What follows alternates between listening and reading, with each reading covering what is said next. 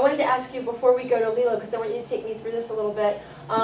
Here's Scar, let's see. This is an early concept drawing before I started beautiful. animation. Okay, so here's what I'm curious about.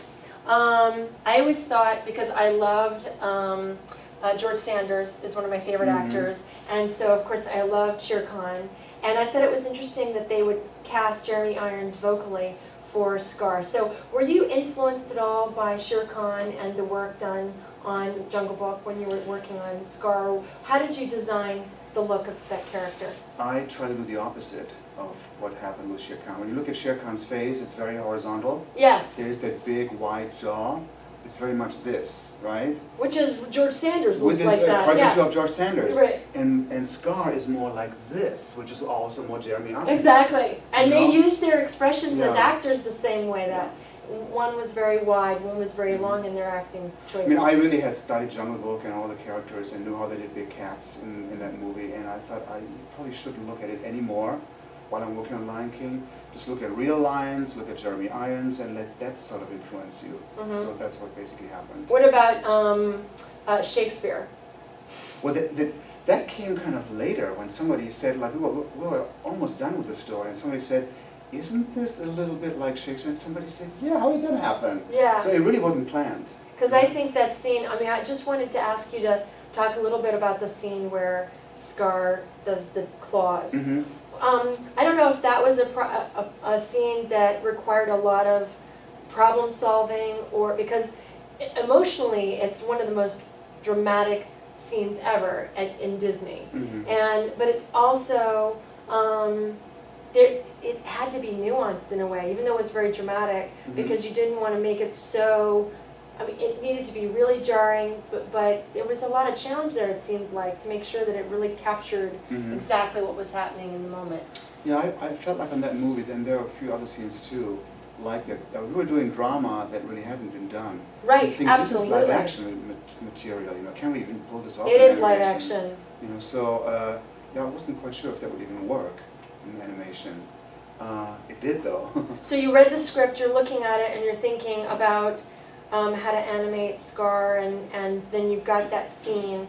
How did you, I mean, was it already in your head, or how did that kind of come together? You know what, that scene, I did the lunge where a Scar is leaping forward, but then the landing and the holding the claw and throwing him, I think Ruben Aquino did that. Oh, really? So Yeah. sometimes you take it, you split it up? Yeah, depending on who needs work, depending on how the scenes come through layout and all that kind of stuff.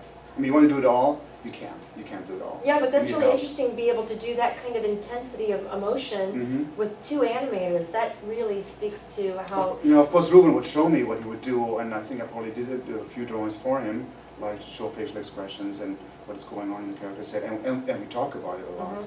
But yeah, he helped me out. He did a lot of nice fighting scenes at the end too, the big fight between Simba and Scar at the end. That was all Ruben's work too. Yeah, beautiful. He's a sweetie.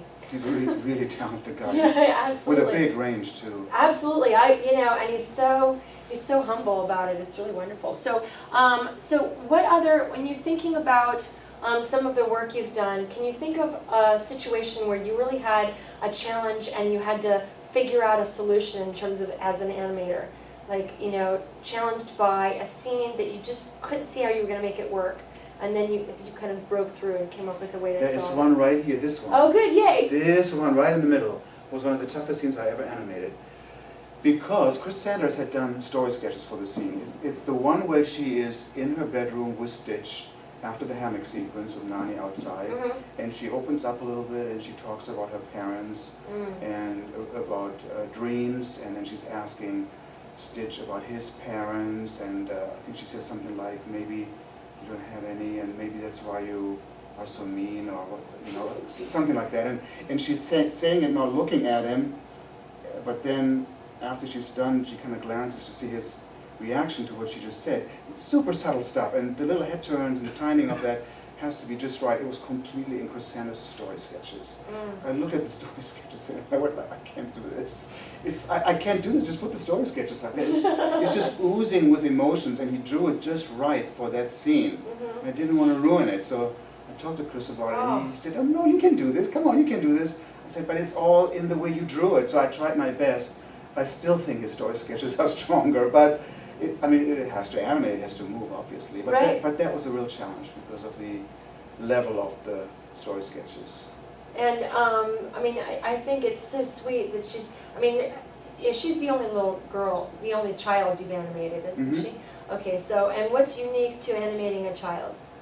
Oh, you have to go back into your own childhood, you know, Mhm. even though she's a girl, but you got to connect again with your childhood and what it was like to be a child, living in your own world and having your own dreams, and adults not understanding your dreams and your world. Do you step into the characters Oh really? yeah, You and do? with her, very, very deep. I had scenes I was almost crying animating them Why do you think? because I felt so bad for her, what she's going I through. know. The stuff in the hammock where when Nani knows that she has to give up her sister, but she can't say it. Nani can't say it, and then Lilo is just like, "Why are you acting so funny?" You know. And we've all been in a situation like and Lilo that. thinks like her sister's so awkward because she just lost her job, you know. And then she kind of tumbles over the hammock to her and gives her a hug, and she says, "Someone's going to give you a job." Oh my God, it was just like killer, you know, that stuff, because you think it through what's going on in her head and all the issues she has with her sister and with her, with Stitch and all. There's just so much going on, you know, which made her so real. As a matter of fact, the first scenes I animated with her were the argument between the two sisters at the start of the movie. You know, when Nani sends her to her room, "Go to your room," and she says, "I'm already in my room." And I was done with that scene, and I'm thinking like, that is like at home way back, because I have a younger sister and an older sister. It's just like this. Yeah. And then the concept of the film became very clear to me. I said, okay, this is not just a crazy science fiction film with an alien from outer space and all that. It's family. It's very It's all about grounded. family. It's very grounded with real people, you know, having problems and issues. So then I focus on that part more than on the science fiction end of things. What other ways have you identified with some of the other characters you've developed? Well, with all the villains, you know, and I mean, somebody actually asked me, "So are you mean yourself?" I said, "What a question is that? I mean, I don't go home and kick my cat, you know, I don't do stuff." Do you have a cat? I used to always have cats, but the last one passed Interesting away. to me because Yeah. of the great cats you've just illustrated. Yeah. No, even the small cat moves sort of like a big cat. Oh, it's you like, know? I say, because I always had dogs growing up, it's like having Mutual of Omaha's Wild Kingdom in your house. Mhm. It's like having a bit of wild in your house. So it's always, you know, people who I think most animators have pets. Mhm. Because if you're animating, You just love cat. You just love animals. And yeah, you want to but you study want to them. watch them. And to me, it was very important looking at my own cat, or two sometimes, if I had two sometimes. When they were walking, the most amazing thing is what the shoulders do. When when the weight shifts from one leg to the other, that particular shoulder will go shoot way up. Right. And that beautiful shoulder play, I needed to have that in Scar. But then I thought, where can you see his shoulders? His mane is all too right much hair. there. Yeah. So I cut that way down, so the shoulders are always in front of the mane, so I could still show that graphically. It was really important to me. I think that I have some sympathy for Scar because I have a cat, and you gave him a little, you know how cats sometimes have that little smile like I'm about to do something evil? And you know, you gave that to Scar in such a great way that I really could identify my cats with that character. Yeah, it's based on real cats observation, and Jeremy Irons, of course. I mean, that man, Such an his actor. lines were just, you know, I keep telling friends, you know, he could read the commissary menu and you want to animate that. It is just, he has a way with words that is just awesome. Did you ever watch them filming their voice? And I mean, who did you do that with? We are usually on the soundstage at most, Oh, you at are? most recording sessions. Yeah. Are you drawing the whole time? No, I'm just listening and watching and giving input, you know, and that kind of thing.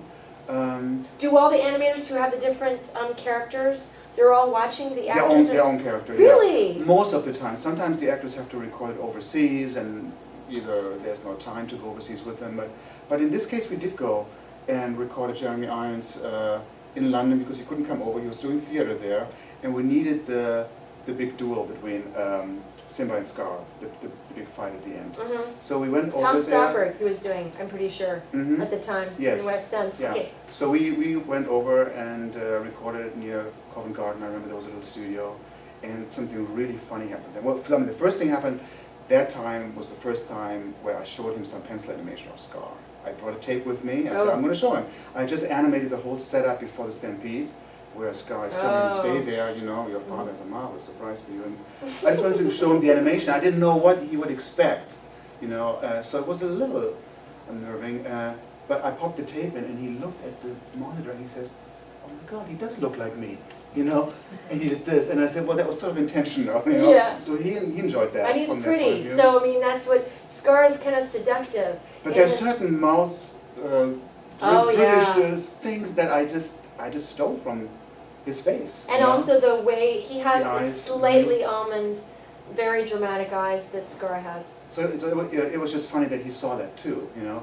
But the other funny thing that happened during that recording session, well, it wasn't funny then, but we did the whole run through, and he did brilliant. He did a beautiful job of reading the lines. And then the sound engineer comes on, he said, guys, we have an issue here. We go, what? And he played a few takes back, and there was this just going through the Uh-oh. track. And what it wasn't him trying to be a lion, it was his stomach. Oh, I know. And he said, I didn't have lunch, I'm gonna have an early dinner with my wife here. And I'm so sorry, and we couldn't use any of it. Oh, Completely. So they ordered pizza, cookies, you know, some fruit for him to just eat and you know, Calm himself settle down. his tummy down, and then he did the whole thing over again, just as well, and or even better. see, But funny things happen like that, you know. everything happens exactly the way it's supposed to. Yeah, maybe go. he did it better.